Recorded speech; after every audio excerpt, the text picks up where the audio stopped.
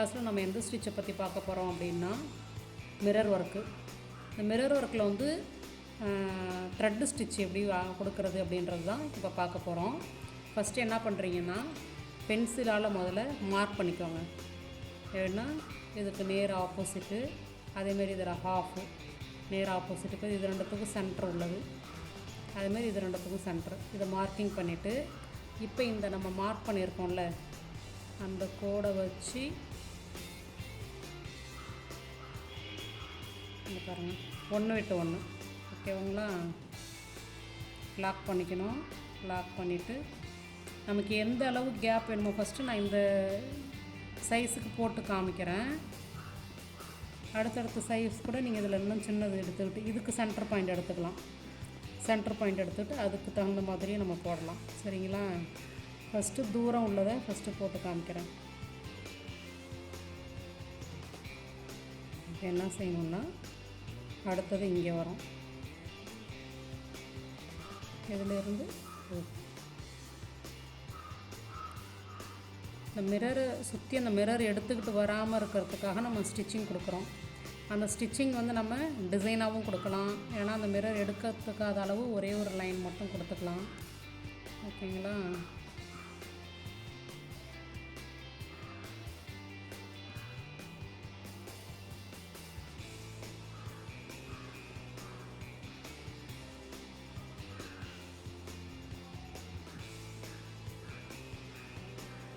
இப்போ நான் அந்த மிரர் எடுத்துக்காத அளவு ஸ்டிச்சிங் கொடுத்தாச்சு. கொடுத்துட்டு அதுக்கப்புறம் என்ன பண்ணலான்னா இதை சுற்றி ஒரு செயின் ஸ்டிச்சு. இல்லை எனக்கு இன்னும் வந்து நெருக்க இந்த கேப்பெல்லாம் தெரியாத அளவு நெருக்க வேணும்னா அடுத்து என்ன பண்ணுவோம் அப்படின்னா இப்போ இதோடைய சென்டர் பாயிண்ட் எடுத்து இதிலேருந்து ஒன்று விட்டு ஒன்று, ஓகேங்களா,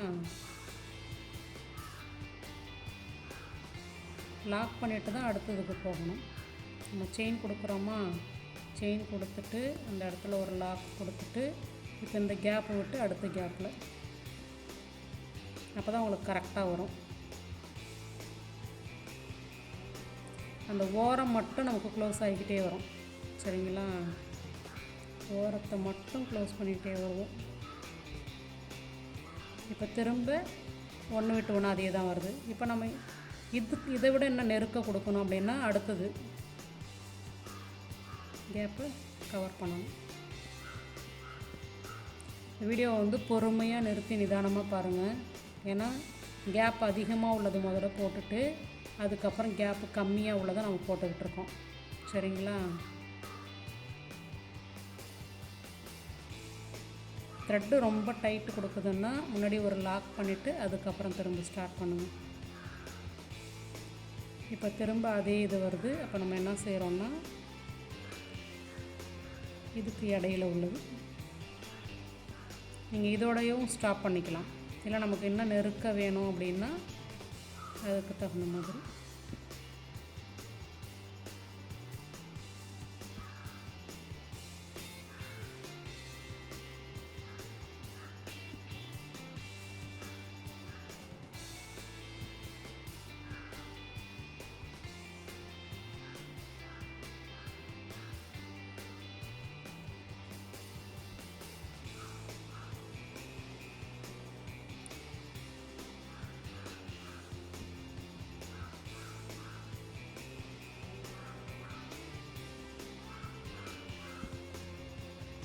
புரிஞ்சுங்களா?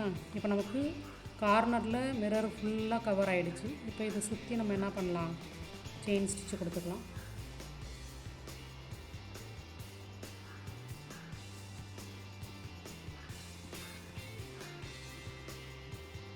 இப்போ நமக்கு உள்ளேயும் அந்த மிரர் வந்து ரவுண்டு ஷேப்பில் கிடைக்கும். இதே நம்ம ட்ரையாங்கிள் ஷேப்பில் வேணும்னா அதுக்கு ஒரு ஸ்டிச்சிங் கொடுக்குறது. சரிங்களா? அடுத்தது எப்படின்றத பார்க்கலாம். ஃபஸ்ட்டு ரவுண்டு மிரரை வந்து நம்ம ஓரம் வந்து அந்த மிரருடைய கார்னர் மட்டும் கவர் ஆகிற மாதிரி, ஏன்னா ஒட்டிட்டு அப்படியே விட்டோம்னா மிரர் வந்து க்ளூ எடுத்துக்கிறதுக்கு விழுந்துடும். அப்படின்றதுனால நம்ம அது கீழே விழாமல் இருக்கிறதுக்காக சேஃப்டிக்காக நம்ம த்ரெட் ஒர்க் கொடுக்குறோம்.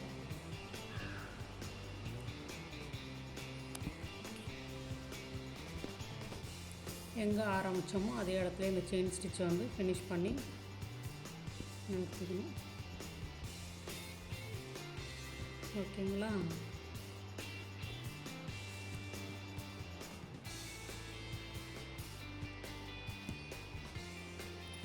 மிரர் ஒர்க்கு இப்போ த்ரெட் ஒர்க்கை வச்சு நம்ம மிரர் ஒர்க்கு இதே வந்து ப்ளீட் ஒர்க்கும் கொடுக்கலாம் இதே மாதிரி.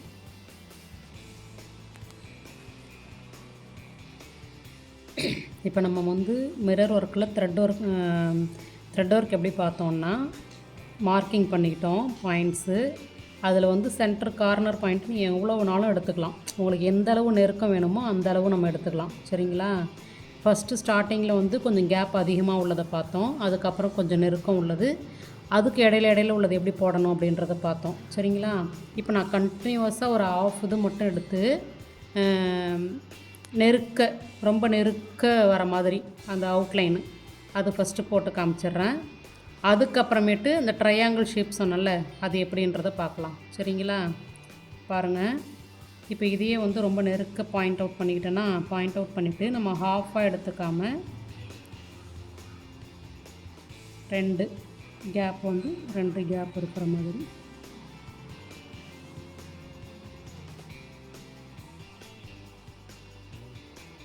அந்த மிரரை ஒட்டி நம்ம ஸ்டிச்சிங் கொடுக்குற மாதிரி வரும். சரிங்களா?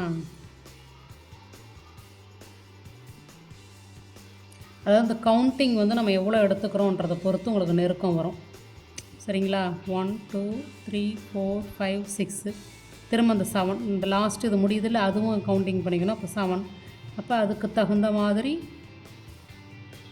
முடிச்சுட்டு இப்போ என்ன செய்வோம் அப்படின்னா, இப்போ நம்ம ஃபஸ்ட்டு ஸ்டார்ட் பண்ணோம்ல, இங்கே ஸ்டார்ட் பண்ணோம், திரும்ப அங்கேயே முடிச்சிருக்கிறதுனால அடுத்தது எடுத்துக்கணும். அடுத்ததுக்கு பக்கத்தில் இந்த நாட்டு கொடுத்துருக்கோம்ல, நாட்டு கொடுக்குற இடத்துல இதை கொண்டு போகணும்.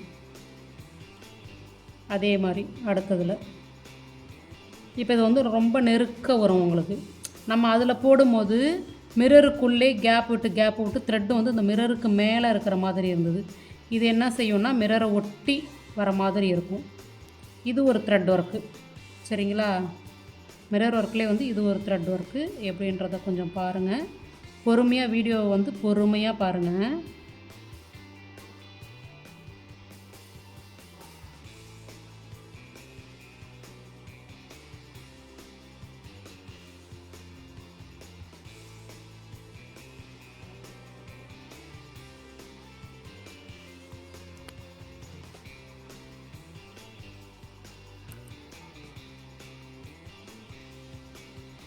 கிளாத் வந்து லூஸ் விழாத அளவு போடணும். லூஸ் விழுந்துருச்சுன்னா நமக்கு ஸ்டிச்சிங் கரெக்டாக வராது. அப்பப்போ சரி பண்ணிக்கோங்க.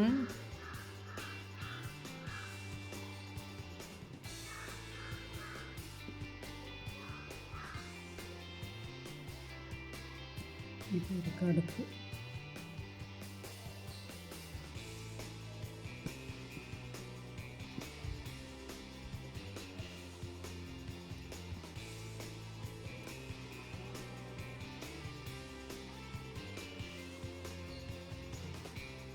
அந்த ஸ்டிச் பண்ணதுக்கும் அடுத்தடுத்து நெருக்கவே நம்ம ஸ்டிச்சிங் கொடுத்துக்கிட்டு வரணும்.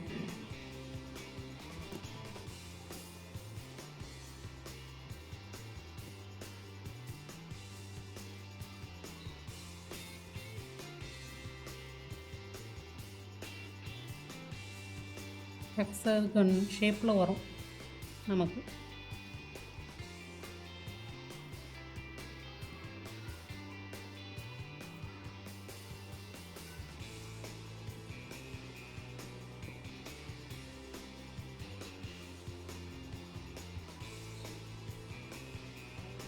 இந்த ஸ்டிச்சிங் எப்படின்றது உங்களுக்கு புரிஞ்சிச்சிங்களா? இப்போ நமக்கு ஸ்டார்ட் பண்ண அந்த ஸ்டிச்சோடே கவர் ஆகுது.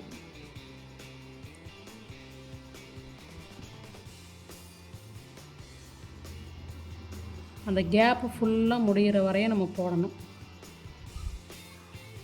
எந்த அளவு நமக்கு தேவையோ அந்த அளவு போட்டுட்டு லாஸ்ட்டாக செயின் ஸ்டிச்சு. சரிங்களா? அதை சுற்றி செயின் ஸ்டிச் கொடுத்துக்கோங்க. இதுவும் அந்த மிரரோடைய கார்னரை வந்து நம்ம க்ளோஸ் பண்ணுறதுக்கான ஸ்டிச்சு தான்.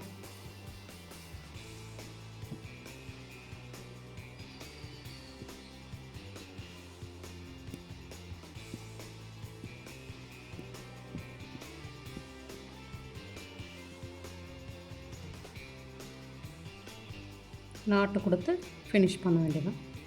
சரிங்களா? நெக்ஸ்ட்டு நம்ம இதிலே வந்து ட்ரையாங்கிள் ஷேப்பு பார்க்க போகிறோம். ட்ரையாங்கிள் ஷேப்புக்கு இந்த 3 பாயிண்ட்டையும் மார்க் பண்ணிக்கிறீங்க. சரிங்களா? நமக்கு இப்படி வரும், இந்த ஷேப்பில் வரும். ஓகேங்களா? அப்படின்றத பார்க்கலாம். என்ன பண்ணணும்னா, ஃபஸ்ட்டு இந்த 2 பாயிண்ட்டுக்கும் இடையில் உள்ளதை பட்டன் ஹோல் ஃபில்லிங் அந்த ஸ்டிச்சை யூஸ் பண்ணி ஃபுல்லாக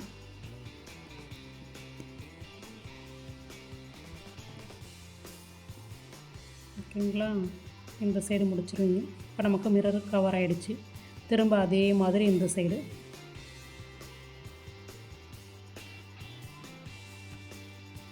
லாக் பண்ணிவிட்டு தான் நம்ம அடுத்த ஸ்டிச்சு போடணும். எந்த அளவு நெருக்க போடுறீங்களோ அந்த அளவு நம்ம போட்டுக்கலாம். வேற ஒட்டி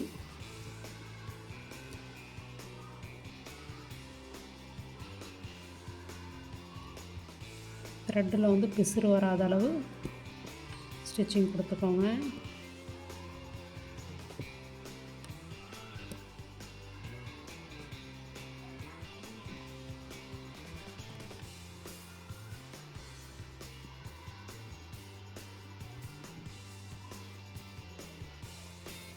அதே மாதிரி இந்த சைடும் இப்போ உங்களுக்கு ட்ரையாங்கிள் ஷேப் கிடச்சிச்சு பாருங்கள்.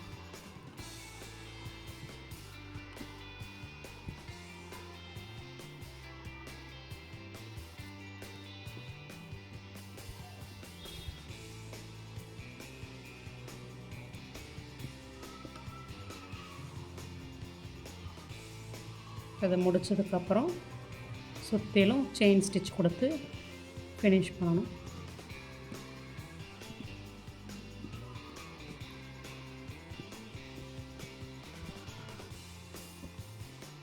இது ஒரு மெத்தடு மிரர் ஒர்க்கில். சரிங்களா?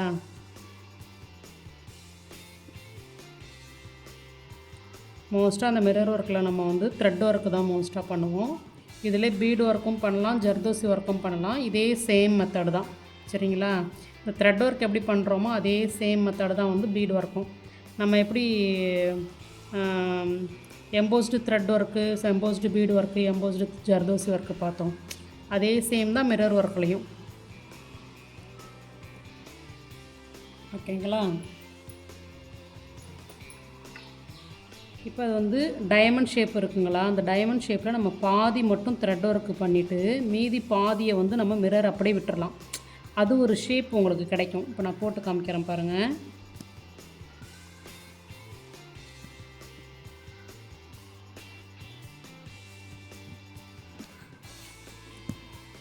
நாட்டு கொடுத்து தான் நம்ம திருப்பணும். சரிங்களா?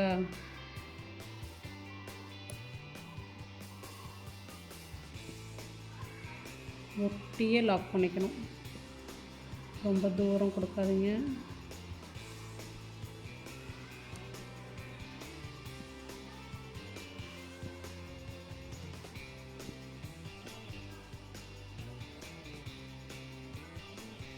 கீழேயும் நமக்கு த்ரெட் ஒர்க் வந்து ட்ரையாங்கிள் ஷேப்பில் கிடைக்கும். நமக்கு பிசுறு வராதபடி பார்த்து போடுங்க பொறுமையாக.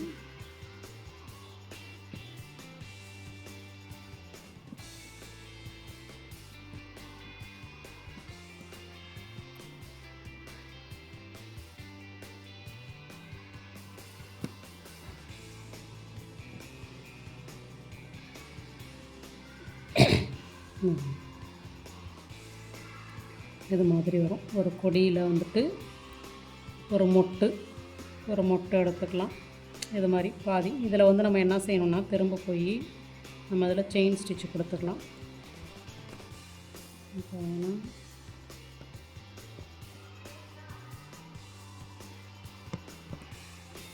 டபுள் செயின் ஸ்டிச்சாக இருந்தாலும் சிங்கிள் செயின் ஸ்டிச்சாக இருந்தாலும் நம்ம விருப்பம்தான்.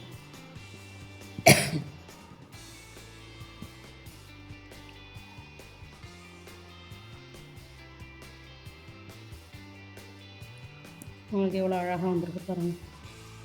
ஒரு மொட்டு மாதிரி ஷேப் கிடைக்கும். இதோடைய நாட்டை முடிச்சுக்க வேண்டியதான்.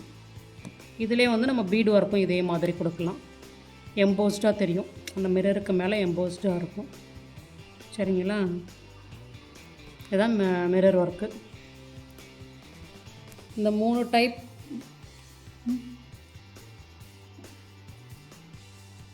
இப்போ இதிலே வந்து நான் உங்களுக்கு 3 டைப் சொல்லி கொடுத்துருக்கேன். அந்த 3 டைப்லேயும் thread work, bead work, zardozi work போட்டு பார்த்துட்டு எனக்கு ஃபோட்டோ எடுத்து அனுப்புங்க. சரிங்களா? நன்றி, வணக்கம்.